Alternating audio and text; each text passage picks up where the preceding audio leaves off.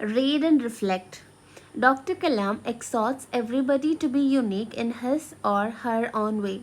There are many people who have proved their uniqueness even while fighting adversities and limitations. Stephen Hawking's profile reveals how he has overcome his disabilities to become the supernova of physics. Quest for a Theory of Everything.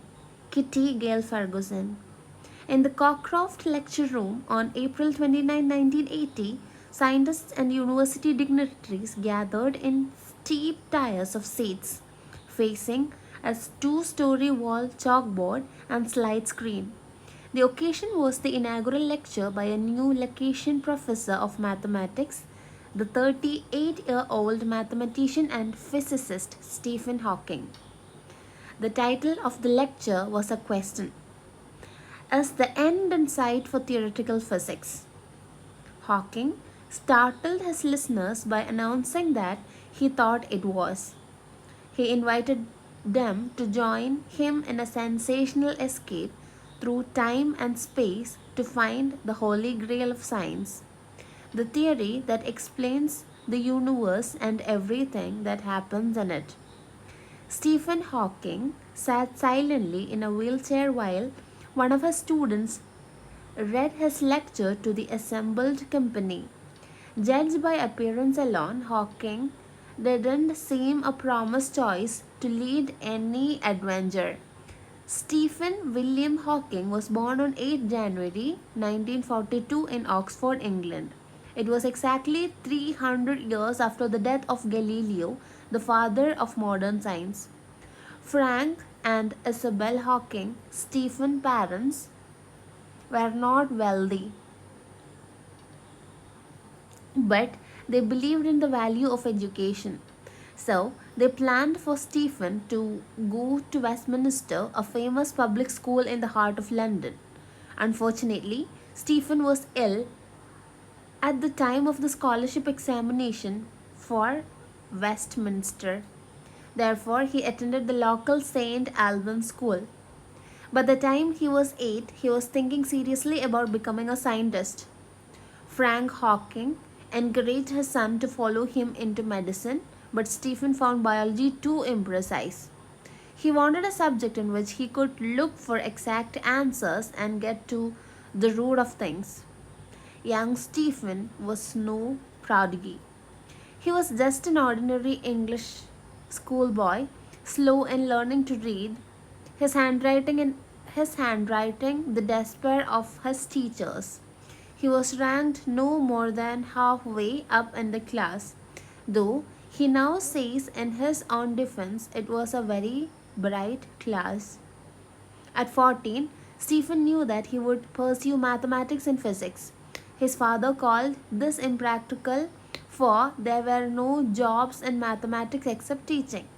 Moreover, he wanted his son to attend his own college, and Oxford offered no mathematics. He followed his father's advice and studied chemistry, physics, and only a little mathematics in preparation for the entrance into Oxford. He did well in physics, and the interview was brilliantly accepted. In 1959, at the age of 17, Hawking went to Oxford to study natural science and to specialize in physics.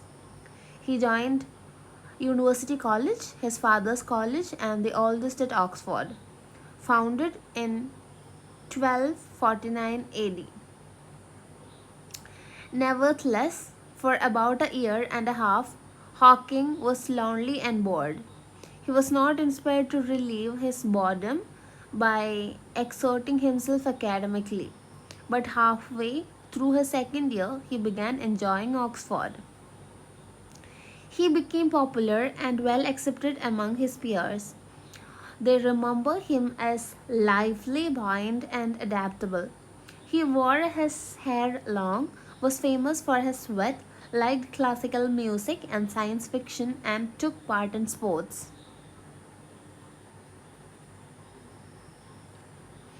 However, at the end of the third year, Hawking almost floundered. He selected theoretical physics as his specialty. He had then applied to do a PhD at Cambridge and was accepted on condition that he got a first from Oxford. Hawking was confident that he could get through successfully, but as the examination day approached, his confidence failed. Hawking ended up disastrously on the borderline between first and a second. Faced with a borderline result, the examiner summoned Hawking for an interview and questioned him about his plans. In spite of the tenseness of the situation, Hawking managed to come up with a kind of remark for which he was famous among his friends. If I get a first, I shall go to Cambridge. If I receive a second, I will remain at Oxford. So I expect that you will give me a first. He got his first and he went to Cambridge. His first year at Cambridge was worse than at Oxford. His slipshod mathematical background caught up with him and he found general relativity extremely tough. Another far more disastrous problem arose then.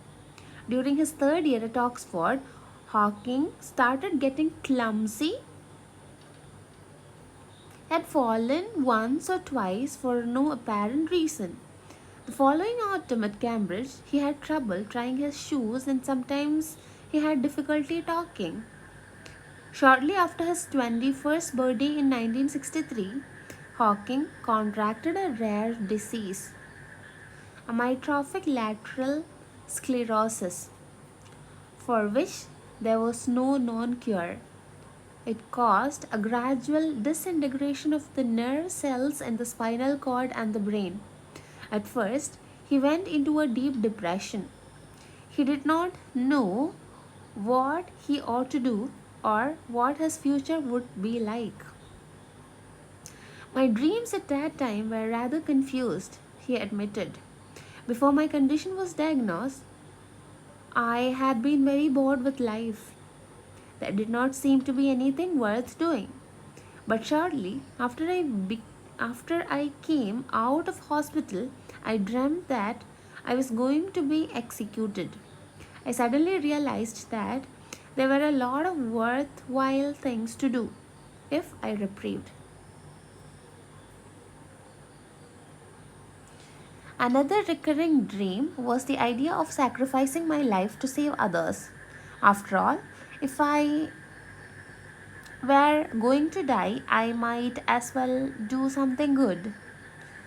Hawking's doctors hoped that his condition would stabilize, but the disease aggravated rapidly. They soon informed him that he had only about 2 more years to live. 2 years passed. The progression of the disease had slowed. I didn't die. In fact, although there was a cloud hanging over my future, I found to my surprise that I was enjoying life in the present more than before. Total disability and death, though still a not too distant certainty, were postponed. Hawking had his reprieve, a precarious and a temporary one, but life was precious. At a New Year's party at St. Albans, just before he entered the hospital for tests, Hawkins met Jane Wilde. To her, this disheveled graduate students seemed terribly intelligent, eccentric, and rather arrogant. But he was interesting and she liked his wit. When Jane met him again after his discharge from the hospital, he was really in a pathetic state. I think has lost his will to live. He was very confused, she commented. She was not, however, put off by his physical or mental condition. She was rather a shy teenager, serious minded, with a strong faith in God, ingrained from childhood by her mother, and a belief that God can come out for any adversity. Hawking admired her optimism and their friendship developed slowly. After a while, the two began to realize in Jane's world that together we could make something worthwhile. For Stephen, that made all the difference. He applied for a research fellowship at Keys,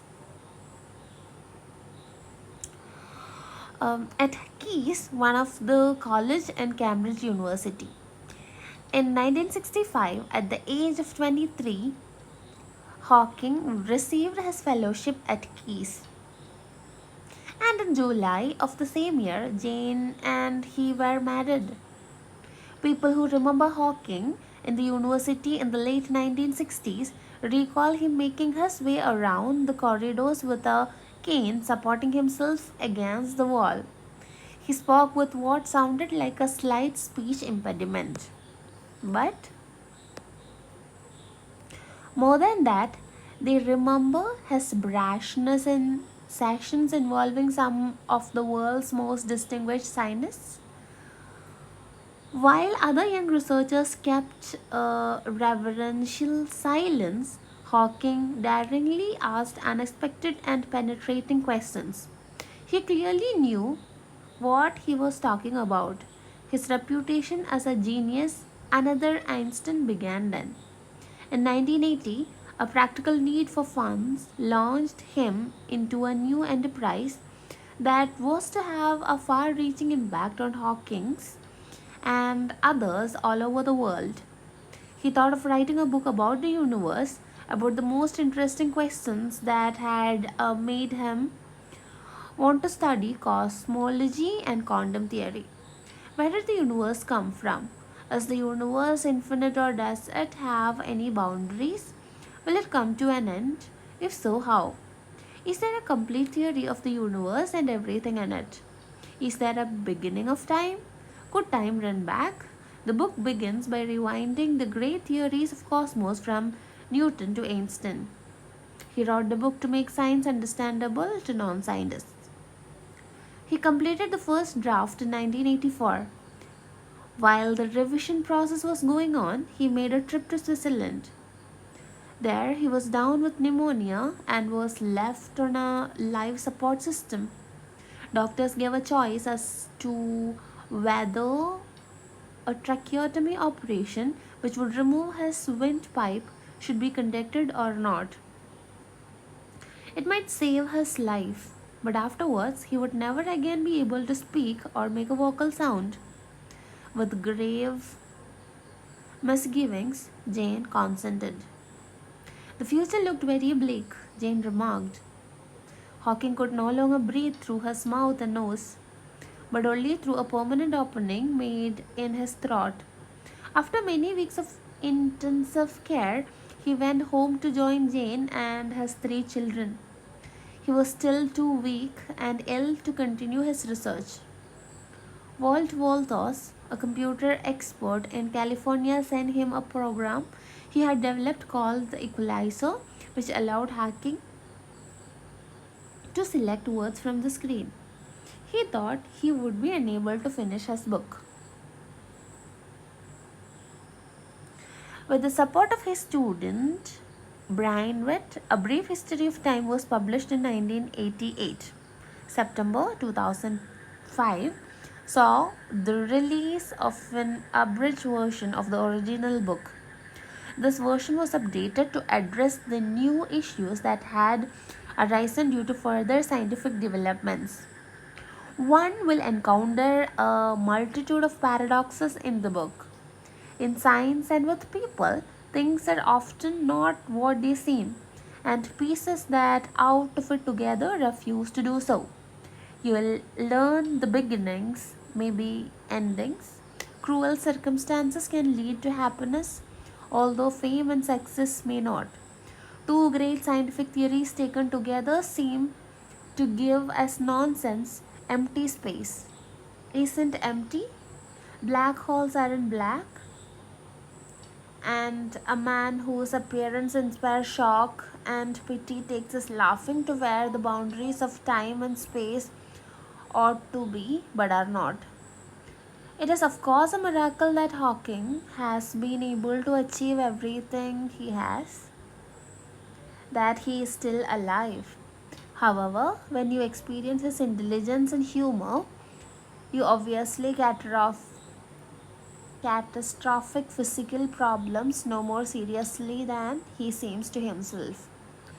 That is exactly the way he wants it. He chooses to ignore the difficulty and he expects others to adopt the same attitude. Stephen Hawking has overcome his crippling disease to become the supernova of the world physics adapted.